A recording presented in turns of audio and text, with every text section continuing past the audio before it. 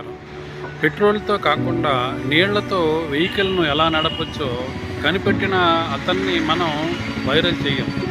అలాగే చిన్న పిల్లల మీద ఎన్నో విధాలుగా అత్యాచారాలు జరుగుతున్నాయి. ఆ మనిషి ఎంతో దర్జాగా సమాజంలో తిరుగుతున్నారు. అటువంటి వారిని వైరల్ చేయం. అలాగే మన దేశం కోసం ఎంతో కష్టపడి ఆటలు ఆడి బంగారు పతకాలను తెచ్చిపెడుతున్న వారికి తినడానికి తిండి ఉండదు, ఉండడానికి ఇల్లు ఉండదు. వారిని వైరల్ చెయ్యం. గోమాంసాన్ని కోల్డ్ స్టోరేజ్‌లో పెట్టి టన్నుల కొద్దీ నిల్వ చేసిన వారిని మనం వైరల్ చెయ్యం. అదేవిధంగా కేరళలో ఒక ముస్లిం అమ్మాయి ఒక పెద్దాయన తనను అసభ్యకరంగా తాగుతున్నాడని వీడియోలు తీసి వైరల్ చేసింది. ఆ అవమానాన్ని తట్టుకోలేక ఆ పెద్దాయన ఆత్మహత్య చేసుకున్నాడు. ఆ కుటుంబం యొక్క పరిస్థితి ఏంటి?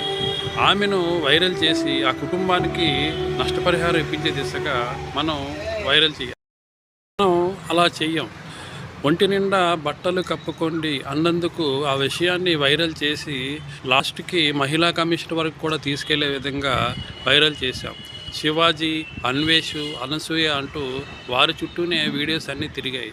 ఆ విషయాన్ని బాగా వైరల్ చేసి వాళ్ళు పాపులర్ అయ్యేలా చేశాం. ఈ వీడియో నచ్చితే మీ కామెంట్ బాక్స్‌లో తెలియచేయండి. అందరికీ నమస్కారం.